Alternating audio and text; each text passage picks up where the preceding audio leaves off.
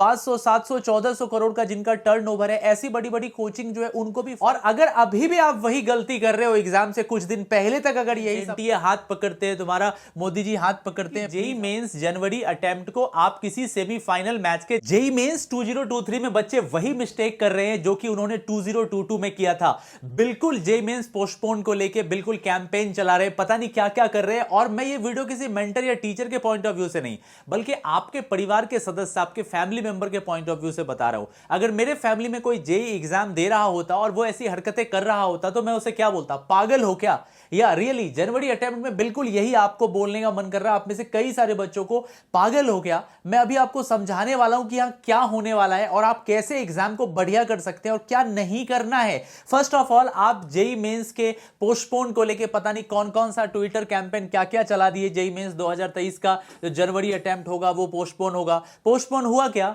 Postpone हुआ क्या? जनवरी attempt लग रहा है आपको पोस्टपोन हुआ? कहां गानी चले गए? सुप्रीम कोर्ट ऑफ इंडिया में लोगों ने पता नहीं क्या क्या डाल दिया, आप इस पे वीडियोस देख रहे हैं। हाई कोर्ट चले गए, हाई कोर्ट सुप्रीम कोर्ट तो छोड़ो, लोगों ने पंचायत भी लगा दी कि जेई मेंस के लिए एग्जामिनेशन जो होगा ना डिले कैसे किया जाए, चलो धरना देते हैं। सारे बच्चे इधर ही पीछे पीछे लग गए। तो क्या आपको लगता है आप सुप्रीम कोर्ट, हाई कोर्ट और पंचायत करने के लिए इससे एग्जाम निकल रहा होगा आपका? कोई फायदा हुआ टाइम वेस्ट होने के अलावा?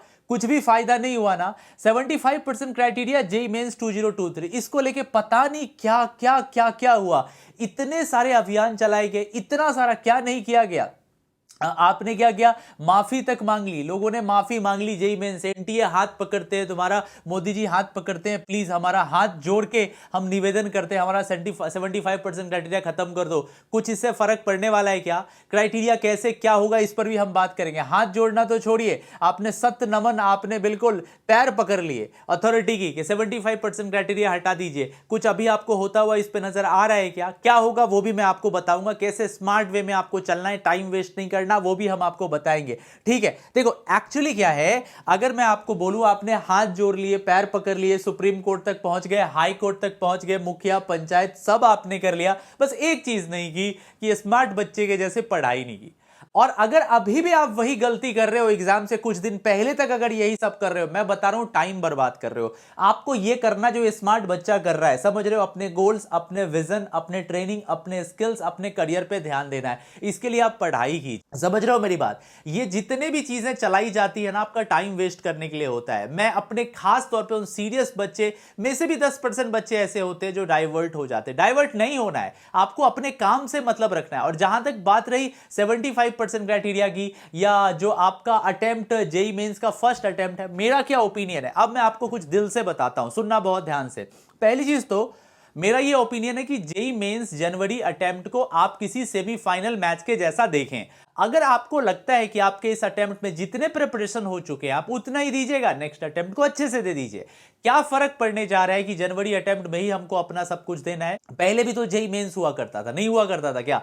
उस जेई मेंस में क्या होता था, लोग अप्रैल में मेंस दिया करते थे और 2 महीने बाद, 1.5 महीने बाद एडवांस दिया करते थे। वैसा मान के तुम एग्जाम दे दो। सोचो कि जनवरी अटेम्प्ट जस्ट लाइक मेरा एक ट्रायल टाइप का है, हम जाके दे देते हैं। मन ना करे मत दो ना, सेकेंड अटेम्प्ट में दे देना।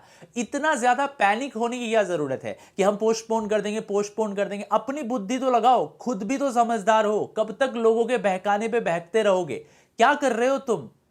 क्या कर रहे हो? सार्क टैंक वाली वो बात है ना, क्या कर रहा है भाई? भाई तू क्या कर रहा है? तू क्या कर रहे हो? क्यों कर रहे हो ये सब चीजें? पोस्टपोन पोस्टपोन, एग्जाम नहीं अच्छा होगा, नहीं होगा, नेक्स्ट वाले अटेम्प्ट में दे देना ना, टाइम वेस्ट नहीं करो ना। तो पहला ओपिनियन है स्मार्ट बनो, बेवकूफ मत बनो। लोग बहकाते हैं, तुम बहक जाते हो, पता नहीं क्या क्या कर जाते हो। मत करो ये सब, पढ़ाई पे ध्यान दो, ओनली एंड ओनली पढ़ो और कुछ काम नहीं आएगा। सबसे बड़ा जेई और नीट का भ्रम सत्य यही है कि पढ़ाई है, दूसरा कोई प्लान ही नहीं एग्जिस्ट करता है। ट्रस्ट मी ना, मैं 10 साढ़े 10 11 साल से पढ़ा रहा हूं, एक ही प्लान है इसमें, वो है पढ़ाई। दूसरा कोई प्लान भी है ही नहीं। ये सब आप किधर किधर के किस रास्ते में आ गए हो? आप गलत है, मत करो। लोग बहकाएंगे, मत बहको, पढ़ाई पे ध्यान दो सिर्फ और सिर्फ। दूसरी चीज रही बात 75% क्राइटेरिया की, 75% क्राइटेरिया जो है इस पे ऑलरेडी बड़े बड़े कोचिंग के बड़े बड़े डायरेक्टर जिनका मतलब पर ईयर का जो टर्नओवर है वो करोड़ों करोड़ों रुपए है, मतलब 500 700 1400 करोड़ का जिनका टर्नओवर है, ऐसी बड़ी बड़ी कोचिंग जो है उनको भी फर्क पड़ता है 75% क्राइटेरिया से। बहुत सारे बच्चे वहां नहीं पढ़ पाएंगे, एग्जाम नहीं दे पाएंगे, वो ऑलरेडी लगे हुए हैं 75% क्राइटेरिया को रिवोक करने के लिए, बहुत सारी चीजें ऑलरेडी की जा सकी, तो उन पे छोड़ दो ना। आप कहां जा रहे हो, किस रास्ते जा रहे हो? जो बड़ी बड़ी कोचिंग है, बड़े बड़े ऑर्गेनाइजेशंस है जिनका करोड़ों का धंधा चलता है, उनका धंधा चौपट हो जाएगा, वो तो खुद देख लेंगे ना। उनके ऑलरेडी बहुत सारे एडवोकेट, बहुत पढ़े लिखे लोग हैं जो ऑलरेडी इसको देखने के लिए हैं, और बहुत आसानी से लीगल सूट डाल दिया जाएगा, चीजें चलती रहेगी। बट आप किधर जा रहे हो? Why you are asking for campaign and all other things for 75 criteria? Why? आप अपने काम पे ध्यान दो ना, पढ़ो। अगर तुम पढ़ाई के टाइम यही दिमाग में चलाते रहोगे तो आपका प्रोग्रेस कैसे होगा, रैंक कैसे आएगा, एक अच्छा रिजल्ट कैसे आएगा? तुम मेरी बात समझ रहे हो? तो लोगों को उनका काम करने दो, कोचिंग को, उनके डायरेक्टर्स को, उनके एचओडीज को, उनके लीगल टीम को, वो सब काम करने दो। बहुत सारे लोग लगे हुए हैं, आप क्यों कर रहे हैं? अभी जोशीमठ में एक छोटी सी चीज हुई थी, अब लोग अगर सोचने लगे कि हम ही जाके कर दे, ऑलरेडी बड़े बड़े ऑर्गेनाइजेशन थे, बड़े बड़े लोग थे, सुप्रीम कोर्ट में भी याचिका दायर कर दी, सुनी जा रही है ना।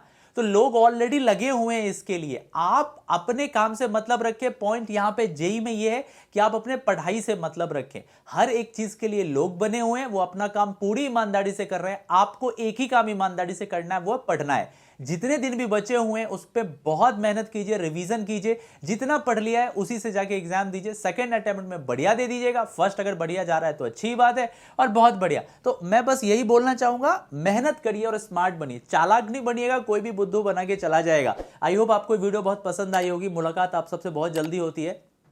लाइक, शेयर और सब्सक्राइब आपसे एक्सपेक्टेड है, और thank you very much. Take care, bye bye, see you soon.